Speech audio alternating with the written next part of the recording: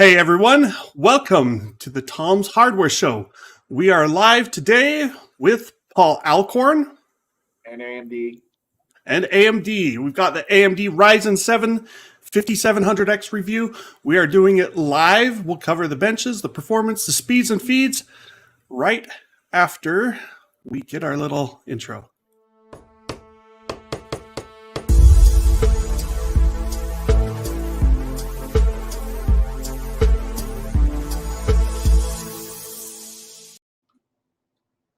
All right, welcome, Paul. How you doing? Pretty good, man. Been busy. 5700X. It's a chip. There's nothing to see here, folks. Super exciting, man. Super exciting. Man. It's the same AM4 socket package that we have seen since 2017, 5 years. 2017, man. Good job, AMD. It's hard to believe, like, Ryzen's 5 years old now. I remember when that launched, and it was pretty nuts. We've been through, 4 generations, kind of, if you count Zen Plus as a second generation. We skipped the 4000 series. Started with the Excavator APUs. People forget it. Actually didn't start with Zen. I wasted my time reviewing one of those back. How good is Excavator these days? How good is Excavator these days? I'm probably going to put together a retrospective of AM4 at some point, and then we'll see the 3x gain from 2017 to, this or any other Ryzen. I mean, gosh, if you put the 5950X on there, just think of that.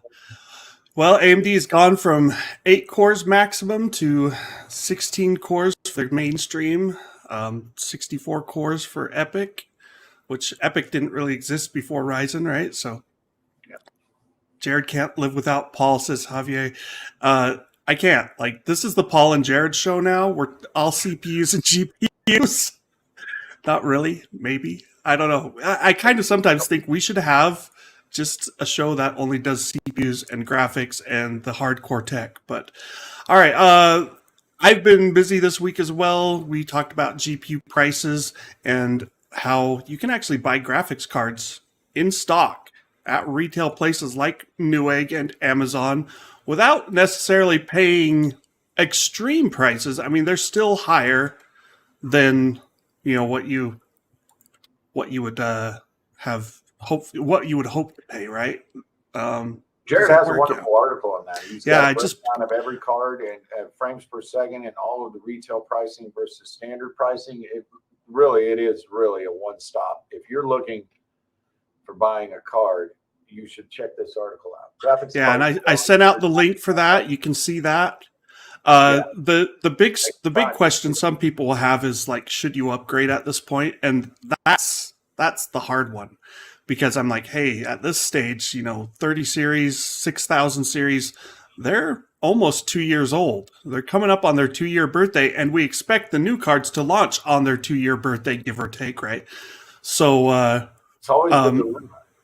Yeah, should you upgrade now? And, the funny thing is, I totally got burned last time, because round about 3-4 months before Ampere launched, I said, hey, this is a terrible time to upgrade. Don't buy a new GPU.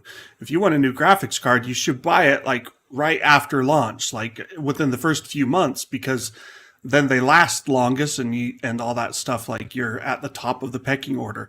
And that's what's normally happens, right? But the 30 series, the 3080 was supposed to be $700.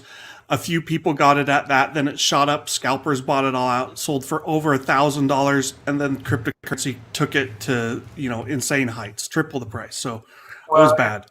And the big thing is we haven't seen, NVIDIA stuff, but man, RDNA 3, everybody is getting really excited about RDNA 3. The word around the water cooler in the rumor circles is that it may even be NVIDIA. They're saying that's why NVIDIA is turning the power up to 5 gigawatts. That'll be interesting. I'm also very curious if the big L2 cache ends up being true on Ada. But Razor says video cards are still well above MSRP right when they are at the end of their market life cycle. This is true mostly of NVIDIA's RTX 30 series. It's not really true of AMD's RX 6000. Like, the top cards mostly are. Like the 6900 XT you can get close to $1,000. That's MSRP. 6800 XT is like $850, which is $200 above MSRP. 6800 is also like $200 above its MSRP. But then you get to the 6700, MSRP is supposed to be $480. It's available at like $500, $525. Like, I mean, $20 above MSRP on a $500 card, I'm not going to whine about. And then the 6600 XT and 6600, you can actually find those for MSRP, and even with rebates below MSRP. Same with the 6500 XT. Now, you can argue that's because their MSRPs are higher than they should be, and I won't disagree. But you know, we're getting there, and I'm hopeful that by the time we roll around to September and we see ADA and RDNA 3, I think September for ADA and probably like November for RDNA 3, but you know, maybe we'll be wrong. Hopefully, though, the prices will have gotten to the point where the launch MSRP will actually be achievable. That's like double fingers crossed, right? All right. Well, let's talk CPUs. You Paul, need a CPU to pair with that new GPU, folks. yeah, a CPU like will it be Zen 3? There it is, 5700X. Ryzen 7 5700X. Let's do a real quick rundown of the specs. What do you get? This is $299, and it is 8 cores, 16 threads. The formatting on this chart is terrible. Me and Jared were talking about this. Sorry about that, but it's out of our control. You're looking at 8 cores to 16 threads. The real comparable here is the 5800X, which is now retailing for $335 on the street. That's what you'll find it at for about the last few weeks, maybe even a month. Also has 8 cores of 16 threads. You get with the 5800X, you get 400 more megahertz on your base clock, and you get 100 more megahertz on your boost clock. That right there tells you on the boost clock, the gaming performance is going to be extremely close between these two processors. And that restriction of 3.4 on the base clock compared to the 3.8 on the 5800X is going to be almost worthless if you're running any Windows power plan other than like low power, because you won't see those base clocks very frequently at all. So that's kind of an artificial restriction. The real restriction here is you see over there to the far right, which is the TDP. And Intel has given us PVP and MTP and made everything complicated. But if we're just looking at the TDP, the 5800X can pull down 105 watts. And then the Ryzen 7 5700X will do 65 watts. Now, there's a higher secondary level of power that AMD does not put on the spec sheets, and that's their boost. The power consumption during boost is 76 watts for the 5700X, and it's 35% higher for the 5800X over 105 watts. So which is the standard. So anyway, regardless, it's a 65 watt chip. It's about $100 cheaper, but it's then the launch MSRP for the 5800X was $449. Now you're getting basically the same chip for $299. In a lot of respects, the 5700X is no more than a price cut in disguise. It's basically, hey, we shaved some money off of the 5800X. Here you go. They are so similar that it's hard to even tell you what the difference is. And the killer for me is like when you look at prices. So, officially the 5800X is now priced at $349. Yep. Is that? And it's selling for $15 less than that. And so, unless the Ryzen 5700X drops from the $299, it's like, well, would you pay $35 more for the extra TDP and boost clock and all that stuff that you get with the 5800X? I would. It's not that big of a gap. 10% in price probably comes out. Yeah, there's a very slim gap there, but as we'll go over, the 5700X has bigger problems than the 5800X. That's for sure. I mean, there's some competition within its own stable. AMD, the big story here is AMD took a year and a half to release any of its non-X models, or as you see the Ryzen 5 5600 down on this chart, or any of its value chips. The the floor for entry into Zen 3 for this entire year and a half that it has been the market leader has been about $350 to even get in the door. And then with the 5600X, was 350 MSRP when it started. Now Intel has came in with Alder Lake, and Alder Lake is brutal. It's not very easy. It's tough sledding for Zen 3 against Alder Lake. So now AMD is rolling out the lower end models, and they're making them work with pretty much any motherboard. Now there's caveats there, but any AM4 socket motherboard back to the beginning of time, provided that the vendor updates it with a 1207 or better BIOS, will support any of these chips. So previously it had been locked out of the earliest generations of the AM4 series motherboards, but now obviously the intention here is for upgraders to be able to upgrade and stay on an AMD platform. So we can see how that looks. You know, it's funny because like people sometimes have viewed AMD in the past as like they're the good guys, the, you know, not big horrible corporate Intel. And like, you know, Zen 3 shows like AMD is every bit the corporation Intel is. They just normally haven't been in a position to take advantage of it. When they got the lead, you know, what happened to the 3300X, the cheap $130 wonder That's kid? right. What happened to any non-X processor? Like they all disappeared, and they're like, nope, you want the best, you're going to pay for it. And then, you know, Intel responds. They come in with aggressive pricing on all their, like, especially on the i5 and the i7 models. And suddenly, you know, it's like, oh, what's AMD going to do? And their response almost feels too little too late. Like really, the 5700X and the 5600 and the 5500, like those all should have been launched a month or two before Alder Lake. Absolutely. They should have attempted to cut them off at the knees. But some of the problem here is AMD does not make a single chip. They don't produce chips. They just design them. So they have to pay TSMC to make them, and that cuts into their margin. There's a floor there. And what they sell these chips and Intel right now is cranking out. Brutal. It's bare knuckle pricing, from the get go. And Intel has dropped its prices. So when we look down here at this 12400 at the bottom of the chart for $175, you can buy that at retail right now. I double checked for $175. That is a fantastic deal, and there's just no other way to put it. I can't believe they're selling it that low. To be honest, when it debuted, I couldn't believe they were selling it for what it was. So it launched at 200, right? Correct. And it's a heck of a deal. I'm double checking the launch price. It was 192 to 199, which means 199, but that's if you buy 1,000 of them. So there's a markup. On the shelf, you're going to see it at 205 to 215. But now you can pick it up for 175. That's fantastic. 12600K is a very similar story. Intel has cut its prices even further. I don't even know how that's possible because they were already pretty. And there's a non-K that's even cheaper and comes with a cooler, right? 12600. Yep. So it's $299. It was $300 at launch, but now it's $270. I mean, the big thing is Intel has cut the prices on the chips with the graphics so much that the KF models actually aren't as much of a great deal as they used to be. I mean, you're saving $6 and you're saving $5. You might as well get the full featured one. Basically, that floor is now. Yeah, why not? Yeah. The floor is now the ceiling. But even if you never use it, which you and I basically never would. Yeah. So, all right.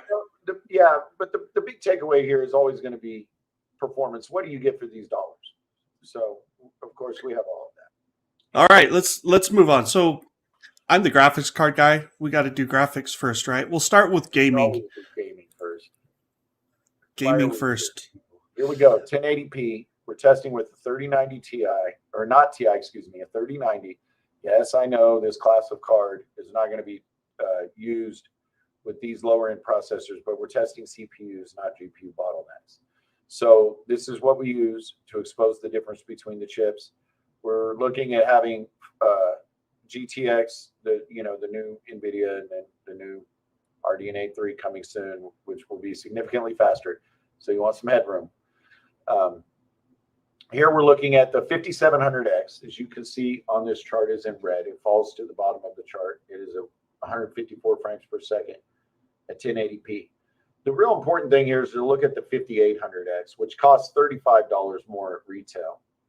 It's barely any faster at stock settings in gaming. It's in pink. It's, you know, the next gear up, essentially. You can do a 5700X PBO. You know, it's just a one click. I'm doing the simplest version of PBO that you can do. I'm just turning it on and adjusting scalar. I mean, this is actually 2 clicks. I turn it on and I adjust scalar to 10x. And I do the same for the 5800X. And of course, I turn the memory up to 3800, which is not this is dead simple overclock. And that 5700X is faster than the 5800X at stock settings and extremely close to the 5800X overclock.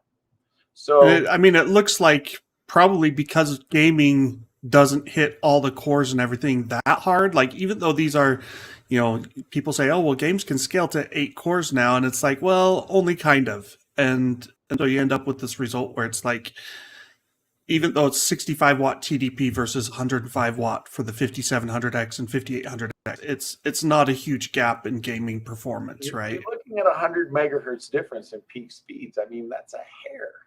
Yeah, especially when you're at like 4.5 gigahertz. Yeah. It's not like you're going from 100 megahertz to 200 megahertz. You're going from 4.6 I did that back in the day. Well, maybe not 100 to 200, but I went from 300 to 4. What I had a Celeron 300A. Yeah, that's a big jump.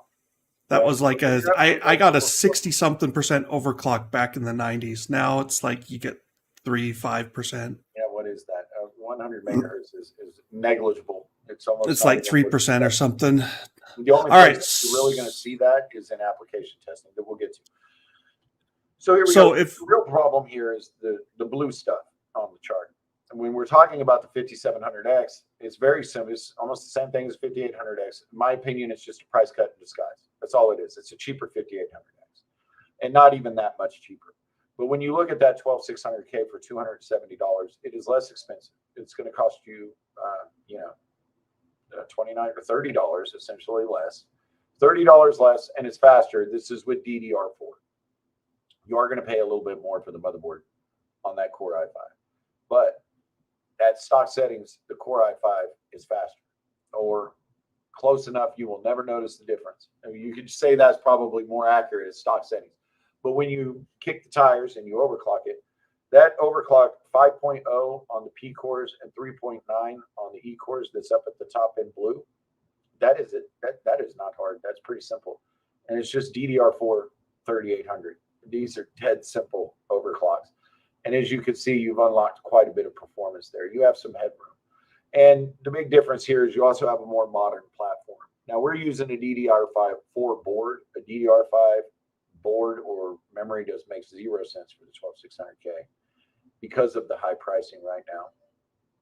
But, you know, this is an affordable board, affordable memory, and that's quite a bit of performance that you're getting there for, $30 less just for the chip and roughly comparable platform costs. Plus, you get PCIe 5.0, which you're not going to get with Ryzen. You top out at PCIe 4.0. So we got a question here. Modern platform connectivity is way better. I'm not sure what Razor's asking here. Maybe you've got something. Does the scalar impact the power limits, or do those need to be increased separately? Scalar, okay. So when we're doing, or is he talking about PBO? Yeah, PBO is going to raise the power limits. Okay, and when you turn PBO, there's a bunch of different ways that you can do it. You can do it manual, you can do it advanced, and then advanced motherboard, or you could just set it to auto and let the system decide. I just hit auto and let the system decide, hey, this is what I can do. The chip is incredibly smart. Scalar is essentially the length of time that the chip stays in boost. So when it boosts to 4.7, how long does it stay in boost? Now, that is not adjusted automatically. You have to turn that on. If you turn on precision boost overdrive, most people don't know that you're actually not increasing the duration of the boost. How long does this stay at 4.7? Because it only stayed that high for so long, and then it's going to drop back down. 4 point whatever. When you adjust scalar, it has a sliding. Well, it's not a sliding scale. It's 1x, 2x, 3x, 4x, 5x, self-explanatory. So I just Can you set it to basically infinity? Can you just say, hey, stay in your the highest top is boost? 10x. So you know me, I'm trying to turn it to 11. But all they have is 10x, so I put it on to make the boost last 10 times longer than normal. That's what that means. Does AMD say how long the boost is? Like that's No, Intel's Tau, right? It is, but it isn't. It's really complicated with AMD chips. It's hard to even measure accurately because Well, and they fall in and out of boost too because this is Zen 3 is really good about like pushing the limits of its clock speed, right? Like it stays near maximum boost really well, which means there's not a lot of room for overclocking even with PBO. You'll get more from these power limits that lifted in application benchmarks, which we'll get to just here in a minute. So back to this chart real fast. You look at the 12700K at stock for 380. If you're going to step up to the next pricing tier, you're looking at either the 12700K or the 5900X. The 12700K remains even with that steep price cut on the 5900X. If you're stepping up, I would still recommend the 12700K. It's measurably faster, not only here, but as you'll see in application tests, you'll have some more gas in the tank. So really the problem here with the 5700X is not so much that the 5800X is very similar, only costs a little bit more. It's the fact that Intel has bookend processors that are just faster. And if you're stepping and you were saying like the 12600K, you can see we don't have the overclocked 12700K, but the 12600K, like that overclock is dead simple. It's like the PBO overclocked. It takes almost no effort, and suddenly you've got a chip that, I mean, that's like a solid 10 to 15% faster in gaming performance than the PBO 5700K. 5700X. Yeah, as you can see, the gains are very slim with PBO. I mean, AMD just cannot overclock as high, and Intel's overclocking on Alder Lake is actually amazing. I wrote an article about it, about how it's some of the biggest gains we've seen in overclocking in quite some time.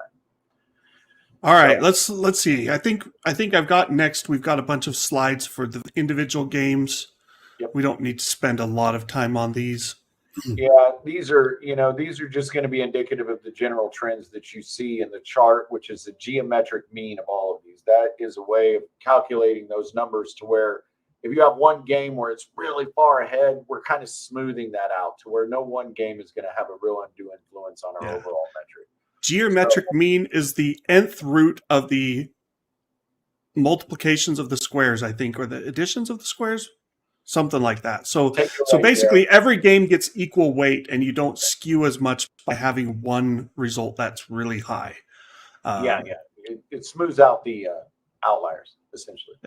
It gets a good overall view. I like it too. So F1, Far Cry 6. Far Cry 6 tends to be really clock dependent. Look here at the one thing, just throw it out there, 5600X and 5600 down at the bottom of the chart. This is the story of the 5600. The 5600 is the 5600X. And the 5700X is the 5800X. Both of these chips, in my opinion, are just price cuts in disguise. It's the same chip. Yeah. You're just paying less. It's not a good look to cut your prices too far. For companies, it looks really bad. Yeah, it's better to introduce a new part at a lower price with a new name, even if performance is nearly the same. With one letter that's different and 100 megahertz. Yes.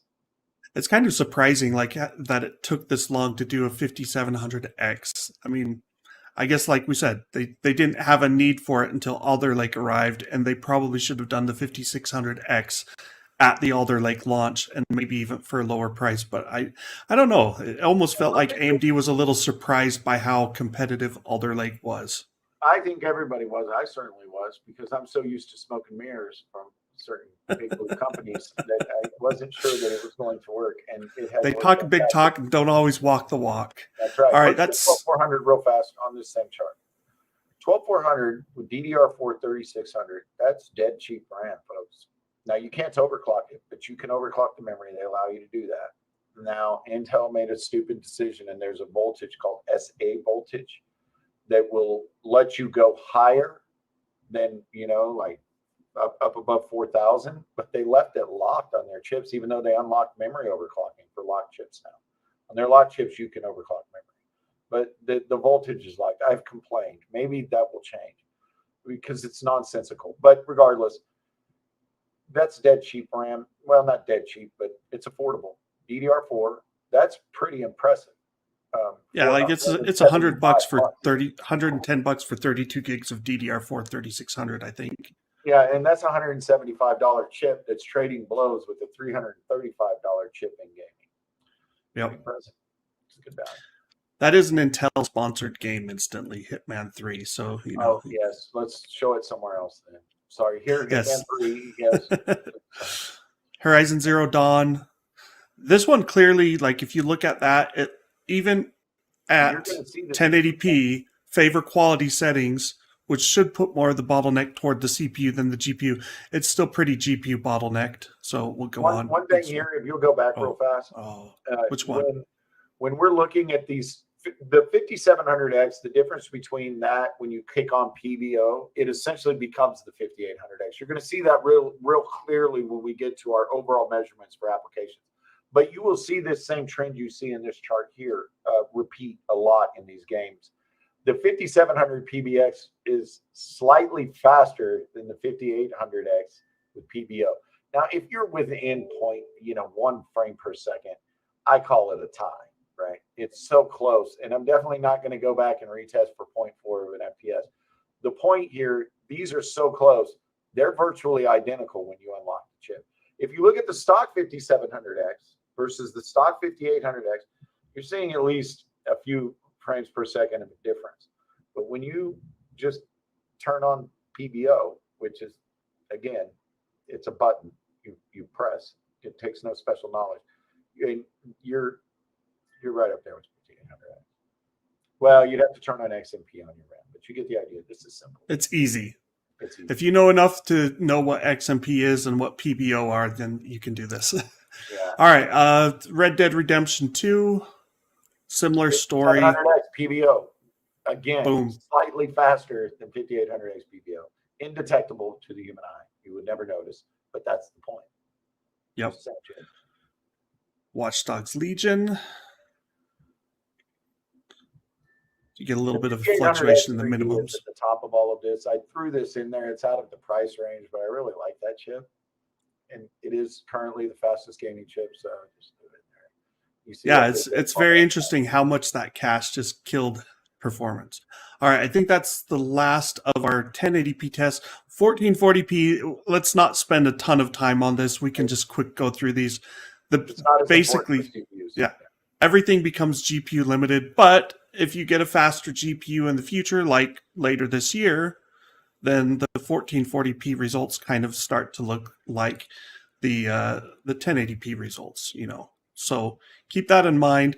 If you only buy mid-range GPUs, like say you refuse to go above the $400 mark, so you'd be looking at like a 6600 XT, then your 1080p medium chart will basically look like this chart.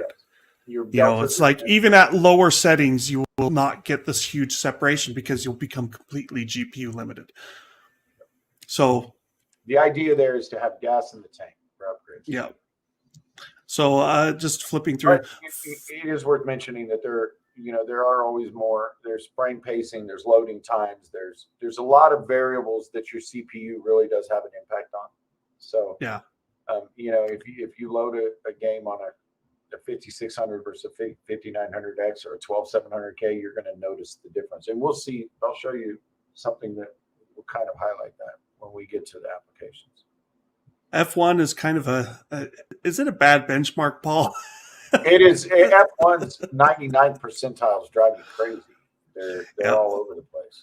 And this is why, this is the bottom 1% of frames show that much fluctuation. Like normally your minimums should be pretty consistently in line, like your averages. This one always stands out. Unless a game has, like poor coding where it hiccups all the time. And I don't use F1 2021 for this reason in my GPU benchmarks. I don't like that much variation. Horizon Zero Dawn, we're looking at 151 to 158 on average frame rates. That's 5%. Yep. So, You're getting, and that's with a 3090. So, if you game at 1440p and you're just shooting for 60 frames per second, and so say you're running like a 3070 or 6700 XT, you're not going to see hardly any difference between the CPUs. Red Dead Redemption, same story. It's more of a separation in Watch Dogs Legion than I would expect, but I guess that's the open world game with all those NPCs running around, right? Yep. All right, and that's done with the games. Let's talk application performance, multi-threaded performance. 5800X with PBO when it comes to applications is largely worthless. I mean, you're not going to get much at all. I mean, the difference between when it comes, if it's a threaded application, there's almost no difference. As you can see here, this is just a geometric mean of some of the most important, the most representative of the gains that you would see in multi-threaded workloads. So turning on PBO for 5800X isn't going to do you much because it's right at the power limit of the socket that is going to allow for that chip. The 105 watt chip has 142 watt PPT. It isn't going to allow it to go above it. You look at the 5700X at stock, this is where you see the impact of that lower 65 watt power rating. But again, you click one button for PBO and, overclock your memory, which is XMP. And there you go. You have yourself a 5800X in threaded workloads. It is. Yeah, and you're talking about like with PBO, that's like a 1% difference, 1.5% maybe. Correct. No one's going to notice that. Yes. I know that's less than 1%. Yeah. Correct. So, and then you look at, it's imperceptible. But you look at that jump for the 5700X. That's the story here again. It's the same chip if you unlock it. And, yes, you have to make sure that you have a correct cooler, but it's not going to take a whole lot of cooler to cool a 5700X with PBO. It basically, that is one of the things worth noting is like Alder Lake's cooler requirements are going to be a bit higher, especially like the 12600K, maybe not too bad. Like I wouldn't say 12600K can probably get by with the same level of cooler that you'd use on Ryzen, whatever. But if you go up to the 12700K and the 12900K, like you need beefy cooler. The $150 all-in-one liquid cooling is what we generally would recommend as your minimum for a 12900K. So when you look here at this chart, the 12400 was very impressive in gaming. It was right there neck and neck. But it's not going to give you as much here on the threaded side. It doesn't have as many cores, and that becomes, 6 cores versus 8. That becomes apparent. So that would be a trade-off if you're not into rendering or doing all types of heavy threaded work. You be prepared to sacrifice that if you're going to step down. And that's a big step down, $125. But then, so we look at what are the comparably priced Intel. And the same could be said for the 5800X 3D. Extremely impressive in games, but it's the same as a 5800X and the 5700X with PBO. It's close enough. And that's the trade-off. You lose that application performance. But then when we look at the 12600K for $30 less than the 5700X, even in stock settings, that's pretty impressive. You've got some room for overclocking. If you're stepping up a tier, that 5900X at $400 sounds extremely enticing until you see that $380 12700K. Yeah, it's like at every price point, Intel has given you something better. Yeah. No matter what you're looking at, there's something better. And then if we want to flip over to the next one, which should be single-threaded, I hope. Yes. So this is one thing that I want to call out. When you're talking about CPUs and the difference between them, these kinds of differences in single-threaded applications are going to make a difference in your daily life, just when you're opening apps, when you're booting the computer, when you're doing things. But this also goes towards other things, such as game time loading. I mean, this is just general application performance with single-threaded work. Anything that relies on responsiveness is going to benefit from this. And I know it's mundane to say, oh, my web browser's faster. Oh, my programs open quicker. You do feel it. You feel like it. I know on my Alder Lake test bed, like things feel a little bit snappier, and it's not like I'm totally fine. Feels super snappy. Yeah. You notice that. right? If you're coming off a 5600X and you're going to a 12900K, I would challenge you not to notice the difference. Oops. Sorry, I clicked on. So the single threaded work, Zen 3 is a great architecture, but Alder Lake has surpassed it. Those are significant deltas. You're getting more for less. Yeah, we're going to have to wait for Zen 4 and see what AMD can do to like reduce that gap, that architectural gap. The E cores and P cores of Alder Lake are just like the P cores in particular are what the single threaded looks at. And, you know, that's if you're looking at like 5800X and the 5900X, they're in that 340 range, and you're jumping up to, you know, that's a solid 20% or 15% boost in single threaded performance. And then you look again, there's that 12400. Why is this so great in games? This tells you, because for $175, that 12400, I probably should have highlighted that, is pretty impressive against these $300 and $335 and $400 AMD processors. Yeah, and like let's faster than everything AMD has. You have to go Intel if you want something faster than the 12400 in single thread. Yeah, and if we switch back to the multi-threaded stuff, I mean, like realistically, you and me, Paul, like if we're not benchmarking, just our everyday use, Cinebench never would use Cinebench, POV Ray, V-Ray, Y-Cruncher, Corona, or C-Ray. I might do Handbrake. I might do something video encoding related. But yeah, Handbrake is going to be really indicative of and the main reason why I stick with Handbrake and I actually use two different flavors, X264 and X265, is because it's very indicative of streaming performance. Yeah. How fast can you encode on the fly? So, which then you can say, well, you can encode faster on your GPU anyway. Yeah, so. Why are you using a CPU anyway? So, again, these are not applications that most people necessarily use. Yes, but we do like to look at them because there are people who use them. And if you are a CPU person, if you want the fastest multi-threaded, this is where they matter. Yeah, Cinemark. And look at that 12600K. I mean, that is a Core i5. I'm sorry, I'm not trying to keep pounding the drum on that, but that is pretty impressive. So, yeah, we're not even. It's hard to make a case. AMD has always held that multi-threaded crown, even with Zen 2, even with Zen 1. This has been their long-standing advantage. And they finally got to where they took the single-threaded crown too, and then Intel came back and took it all. So if we added the 5950X and the 12900K, Intel still wins that as well, right? Yes, correct. So, all right, single-threaded, we already kind of looked at this. Yeah. Cinebench single-threaded is actually really closely tied to the your typical single threaded. Like if you swap between these two slides, it's not a big difference. Those margins are pretty similar, so I do like Cinebench. Cinebench likes to keep all of its Cinebench likes to keep the majority of the data that it works in the caches right next to the core. So that's part of the reason why it scales so well with multi-threaded, because it doesn't have to do a lot of accesses.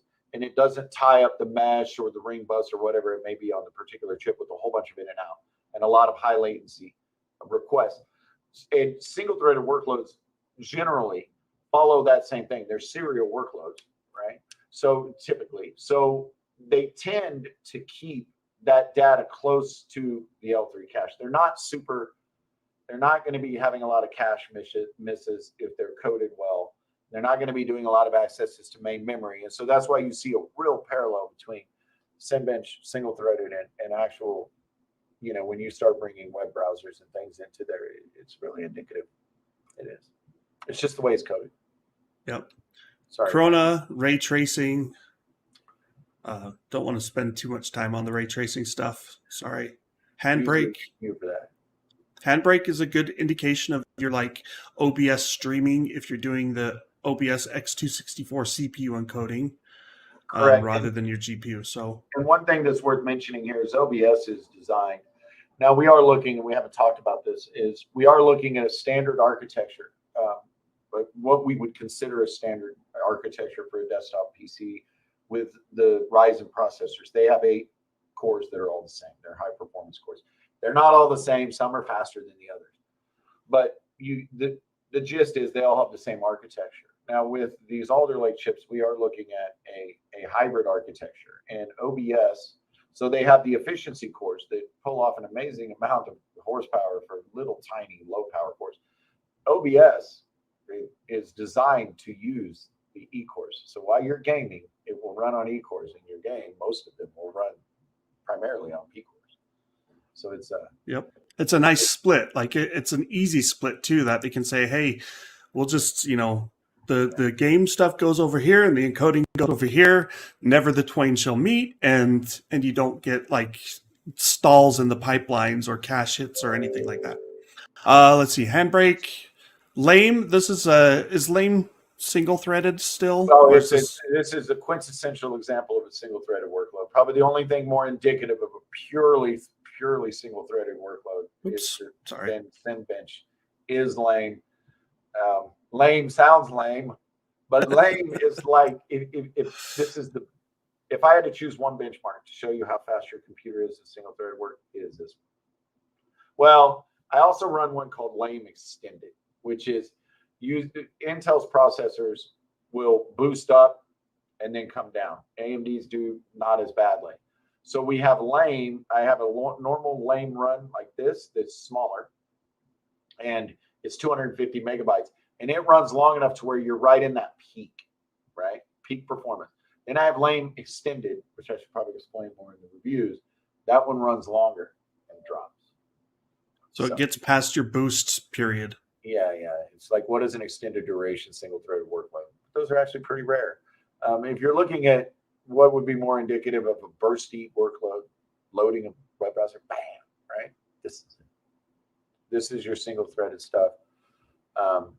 Lame is by far my favorite benchmark for that. So, all right, tell us what you think, Paul. 5700X, wrap it all up. Okay. How good is it? If you're on an AM4 platform, let's say you're on an older. Should we go back to this one? Yeah. If you're on an older AMD motherboard and you don't want to buy a new chip, you don't want to buy a new motherboard, you don't want to buy a new cooler, you don't want to, deal with the hassle of switching to a new type of chip with Alder Lake, or you're just an AMD fan. Some people just like AMD, and that's great. So if you're looking for an AMD chip and you're on an existing AM4 platform, it makes a lot of sense. At its price point,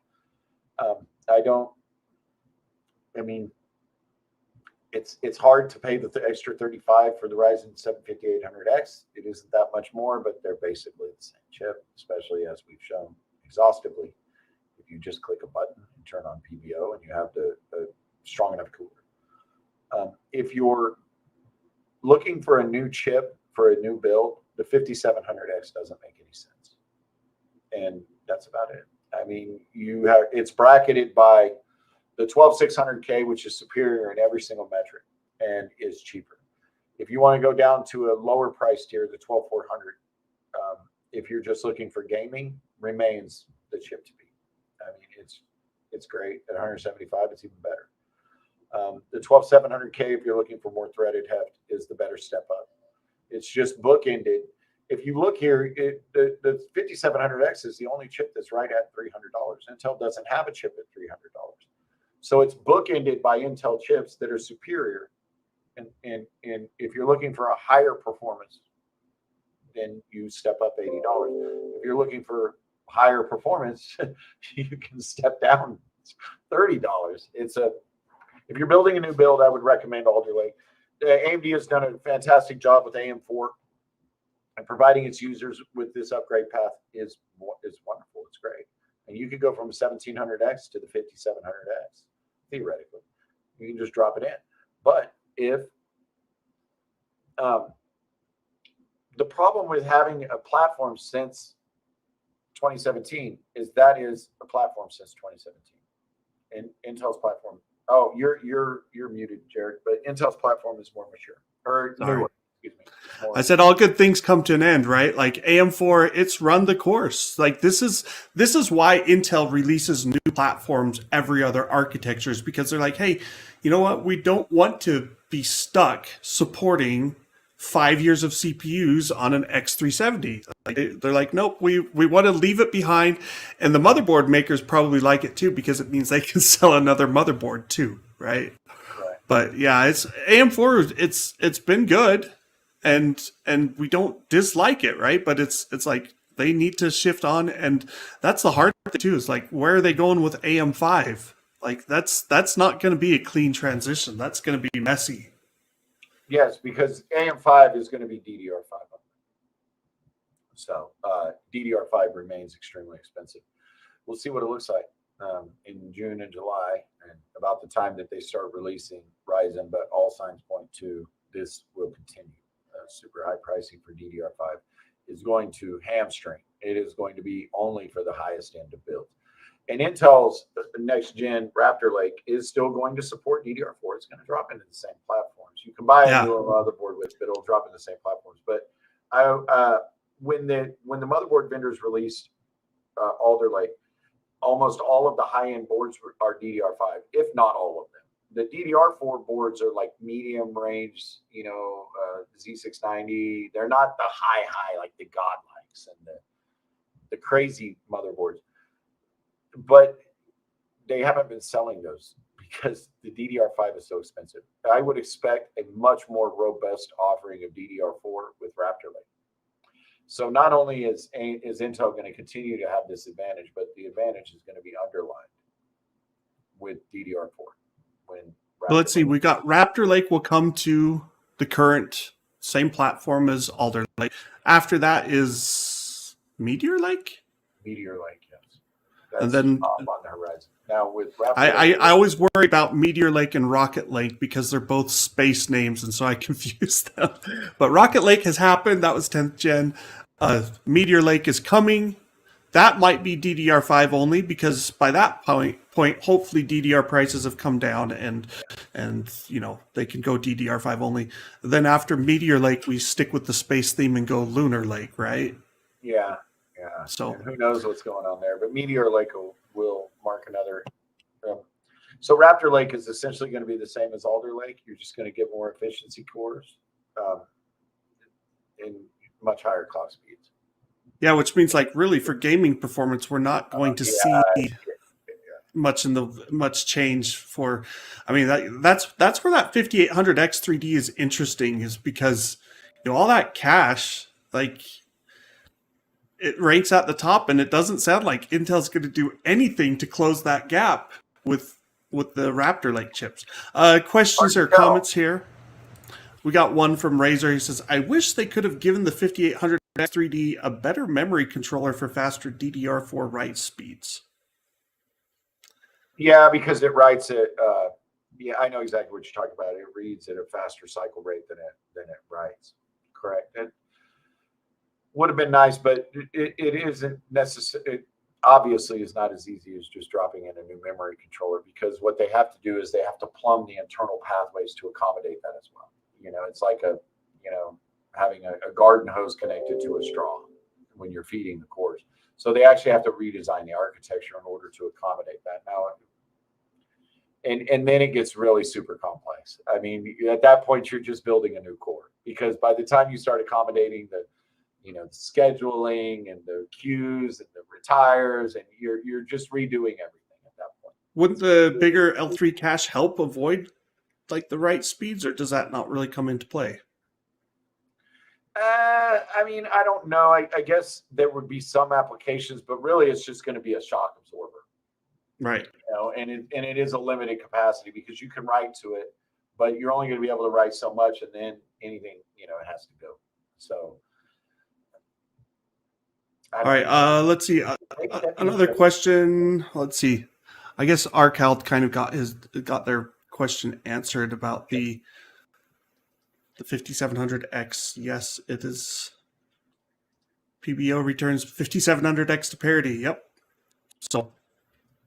And most any cooler will do it. I mean, you can get some juice out of PBO, and the AM4 motherboard, the AM4 cooler ecosystem is so well developed. It really is. It's really mature. They're affordable. There's a million different options, and you really don't need a whole lot to cool like a 5800X. So the 5700X with PBO, if you don't have to go crazy with the cooler, you're not going to need a 360 millimeter like you'll need with a 12900K or a chiller. That's for sure. Well, that's the interesting thing with AMD is because a lot of their coolers, even air coolers, are designed to accommodate up to the 5900X. And so it's like, well, gosh, anything lower than that is going to be a walk in the park. Yeah. The Zen 3 is fantastic with power. Yeah, there's just no doubt about it. I mean, it is the most efficient chip that I've ever tested. And that's when you're measuring using the more sophisticated measures than just saying, oh, it draws X number of watts. When you measure the cumulative amount of power, picojoules, how much did you actually use? And then you measure the speed, and you take those and you derive metrics from those. Like I have one that is in the reviews is renders per day per watt. That really breaks down how efficient are you, and Zen 3 is unassailable. To this day, we'll call those units Pauls. How many Pauls does that chip get? Yes. I used to have some things like that on reviews where I was like, well, let's look at this, price per watt per frame rate or whatever, and it gets all confusing, and people are like, that's a nonsense unit. I'm like, well, no, it's not nonsense, but you do have to know what it comes from. Not nonsense, thank you. That's right. That's the only confusing one. Couple of questions here. Let's start here. Can a Noctua NH-U12S Redux cool a Ryzen 7 5700X with PBO enabled? The thing about PBO is like it's still got all the protections in place. So if the chip starts running too hot, it will throttle itself back a bit. So PBO isn't going to like kill your chip, right? Correct. And the thing is PBO will run it right up to either the power limit of the socket, which is the PPT, or it's going to run it to the limit of your cooler. So a lot of people when Zen first came out were really worried about seeing these real high temperatures with Zen, because if you run them with stock coolers, you can see up to a steady 90C all the time. But that's because basically they have an amount of thermal headroom, and they're extracting all of the performance that they can get within that limit. So if it's running at 60C, but you could run it faster and run at 90, which is within warranty and is within spec, it's not going to hurt the chip. It's perfectly fine. Then why wouldn't you? So that's what they did. That's the long way of saying, it's going to run hotter, but that's perfectly fine. And that it used to be like we'd say, oh, don't run over 80C. That's dangerous. But these days, I think they've kind of changed things so that 80C, 90C isn't really that big of a risk for a chip. No, they're designed to run at those speeds. They're intentionally designed to run at those. So there's a chart, if you go to our 5900X review, where AMD, if you go to our 5900X review page, why are there so many pages? It's who wrote this? 3, yes, who wrote this? Page 3, and you scroll down, there is a chart there, and the factory stock and the max temp. With an entry-level cooler, you can expect your chip to run 80 to 95C under full load for a Ryzen 5000 for a 105-watt chip. There you go. Mid-range cooler, 70 to 85C. High-end cooler, 60 to 80C. The more cooler you have, the higher it can go because it's just consuming that thermal headroom. That cooler will get you probably at least 90% of the way to the top of PBO, if not 95. You might. That's kind of a thin cooler. I'm just looking at it and I'm spitballing. So don't quote me or sue me, but you'll get close. This was another question. This was all of it. Would a stock AMD cooler work well with 5700X? Does it come with a stock cooler? Yes, it comes with I think it's the stock. The Wraith? Yeah. Or the Prism, I mean? I just like their names, but I like the coolers. You got this. Oh, no, that's right. It does not come with the thermal. It does not. The X series from AMD does not typically include a cooler. It used to, but then they changed it. They said anything more than 65 watts, but this is 65 watts. Yeah, it's kind of a weird thing. What was the last big? Was it the 3700X that came with a cooler? Yeah. One of the previous gen ones. And the interesting thing is like the Wraith Prism, their biggest, most potent cooler, which it was like a top down box with copper cores, so it conducts heat better. Um, when they released the 3900X, they were like, you really need to use an AIO with this, and I actually tested the 3900X. That was their previous gen 12 core. I tested it with the Wraith Prism, and the difference between that and an AIO was like 1%. Like the Yeah. performance, it really didn't lose much. So, and that the 3900X definitely would have been hotter than a 5700X if you have an AMD boxed cooler. Like I would be careful of like the Stealth, the smaller ones. Yeah, I definitely wouldn't use that with a 65 watt. If you're planning on PBO at stock settings, I don't think you'll run into problems with definitely with the higher end stock ones. But with PBO, the Stealth, you absolutely would. Sorry. Yeah, there's three. There's the Wraith Stealth, the Wraith Prism. What's the other one? Spire. Yeah, and I think the Spire and Stealth, I'd probably be hesitant about trying to run their 8-core with PBO enabled.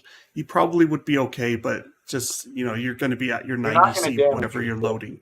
Yeah, you're not going to damage your chip. You would be okay, but you're not going to extract much. You're not going to get much out of it. It's PBO will keep itself within range. It's only going to go as high as your cooler allows it. Now, of course, there's a point where your cooler allows it to reach the absolute full height performance. yeah. Those will not give and then you just get lower temperatures. Yes, correct. All right. Anything else? Any other questions before we call it a day? I don't know what we'll be talking about next week. I'll convince Paul to come back on. We almost should have done the GPU pricing. Oh, we could have. We can still talk about GPU prices a bit. I hinted at this, like, what GPU would you buy? The best ones right now, 6700 XT. Like, if you've got $500, that's hard to beat. Performance wise, it's going to compete with like a 3070 thereabouts. Price wise, the 3070 is still going for over $700. Like, NVIDIA's mid-range and budget RTX cards have really been hit hard. So like the 3050 is at $300, sometimes $250. The 3060 is supposed to sell for $330. The cheapest cards are still like $150 more than that, like $480, $490, sometimes more. That's hard to, if you're looking at a 3060 versus the 6700 for roughly the same price, it's no competition. And then you get like the 6600 XT, 6600. Those are good cards as well. Like I would not go AMD if you care about ray tracing, though, especially their 6600 XT and below. I don't know that that's critical, but it just seems like that 128-bit memory controller, reduced infinity cache size, and 8 gigabytes of VRAM, it all kind of piles on. And those bottom AMD chips, GPUs, they really struggle with ray tracing. Like the 6700 XT, it's comparable to like a 3060 in ray tracing performance. But when you step down the next level, it drops like 20-30%. That's a big hit to take. So, and you've still got DLSS on NVIDIA, which is, FSR it's their most popular API, open source API thing for AMD. But as popular as it is, DLSS is still more popular. And FSR works on NVIDIA cards as well, so it's not like a selling point for AMD. It's just like, hey, we kind of need this in order to look relevant because DLSS does work in the games that support it. So next week, I don't know what we'll talk about. We'll have something. Thanks for joining us. Thanks as always for your participation. Ruru too is one of our regulars. Same with Javier. Thanks you guys for coming on. We're coming up in a few weeks. AZ, are you in the forums? Tech Fusion AZ. Yeah. Familiar. Yes. We've got in a few weeks. I know we've got new graphics cards are supposed to be coming from AMD. We'll have a look at those. There's lots of rumors flying right now. I don't got a card yet. But sometime in the near future, we'll see about those new AMD cards and see if the rumored 18 gigabits per second memory shows up and what that does for performance. But that should wrap it up for today. Thanks for joining us, and we will see you all next week.